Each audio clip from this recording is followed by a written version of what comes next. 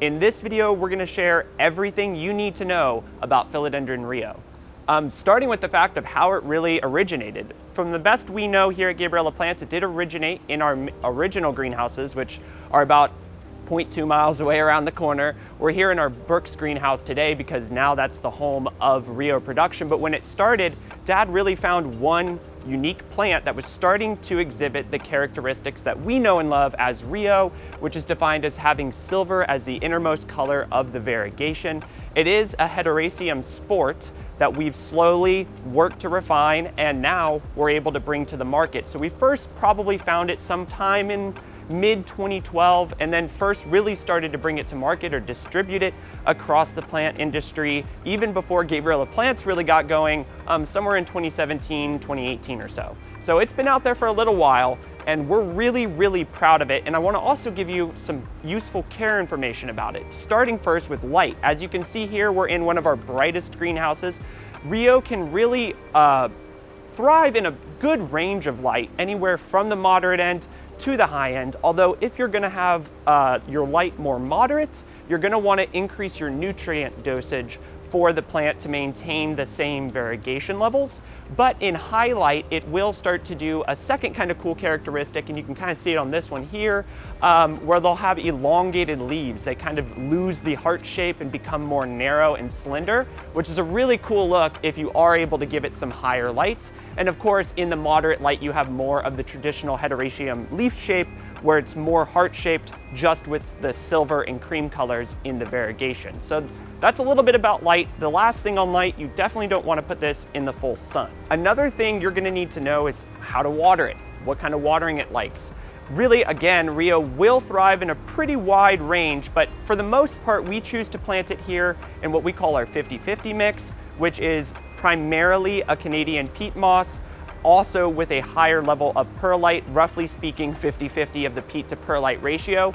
Although in the summertime, that can tend to need, especially in the hot greenhouse conditions, water quite often. So depending seasonally, we here at Gabriella Plants will grow it either with more perlite or with more peat, just depending on the seasonality and how quickly things dry out here. But in your home, the main thing you're going to want to do is let it dry out, roughly speaking, to about 25% moisture. And if you're purchasing one from us, one of the easiest ways to know the moisture level, even over a moisture meter or your finger, is simply to check often the weight of the pot. The weight of the soil is gonna really determine how much moisture is still there. If you're able to pick it up and it feels very light to the touch, you're definitely gonna want to make sure that you re-moisten it and water it again. If you are too lenient on the water, you'll start to notice that the stem will get thinner, and the leaf size will get smaller. So if you're seeing either one of those two things, you may want to increase your watering. And of course, like most philodendrons, they also don't want their roots to be in completely saturated moisture either.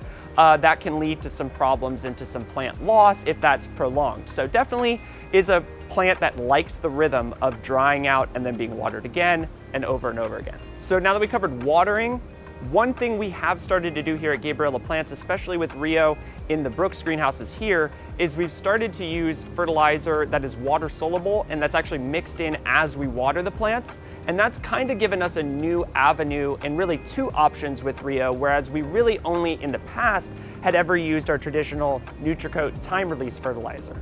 I will say that the water soluble is really nice in the fact that it's much more fast acting. You'll start to see color rebound and promoting growth a lot quicker than the NutriCoat. However, you do have to remember to do that consistently compared to using something like a time-release NutriCoat granular fertilizer, which will continue to administer nutrients for anywhere from 3 to 8 months, depending on your watering. If you've also purchased a Rio from us, chances are it already has some of that time-release fertilizer in the soil or on top of the soil, so your plant should be good on nutrients for a few months after receiving it. But if you start to notice any lightening of the color of the leaf shape, particularly the green parts are going to be the first part you notice it. You're going to start to see those lighten up in color. You're certainly going to want to take that as a sign to re-administer some nutrients, and it'll bounce back to being the Rio you know and love. And lastly, right now it's kind of crazy to think about what temperatures Rio will thrive in as we're standing here in the summer recording this video. But in our greenhouses, they regularly experience really hot temperatures. So if you're somebody who's worried about the warmer weather, just know even here in Florida, the plants are regularly experiencing 90, 100 degrees inside the greenhouse, if not a little bit higher than that. So they are pretty good on the high end of the heat spectrum. You don't tend to see a whole lot of issues with the plant, although you will need to make sure that your watering, of course, is matching your ambient temperature. In the wintertime, though, again, good thing is they're really not a picky plant. They don't need a high humidity. They're not gonna need something like misting unless unless it's placed directly under a very drying air source of some kind. But other than that, they don't really need to be in a humidity dome or anything like that, as long as the soil moisture and the nutrients is there. However, you will start to see them slow down their growth quite drastically if they drop beneath somewhere around 58 to 55 degrees. So in our greenhouses over the wintertime, we tend to heat to roughly the 60-degree point to try to keep them at least growing throughout the winter, because we know you're gonna need them in spring next year. So that's a little bit about what temperatures they do best in as well. So hopefully that recap of care information and some other growth habits of Philodendron Rio helps you better care for yours. If you're looking to purchase one, you can at philodendronrio.com. If you have any more questions about Rio, I'd love to answer them. Leave them in the comments below and I will respond to you as quickly as we can. We are always here to do everything we can to take care of our customers.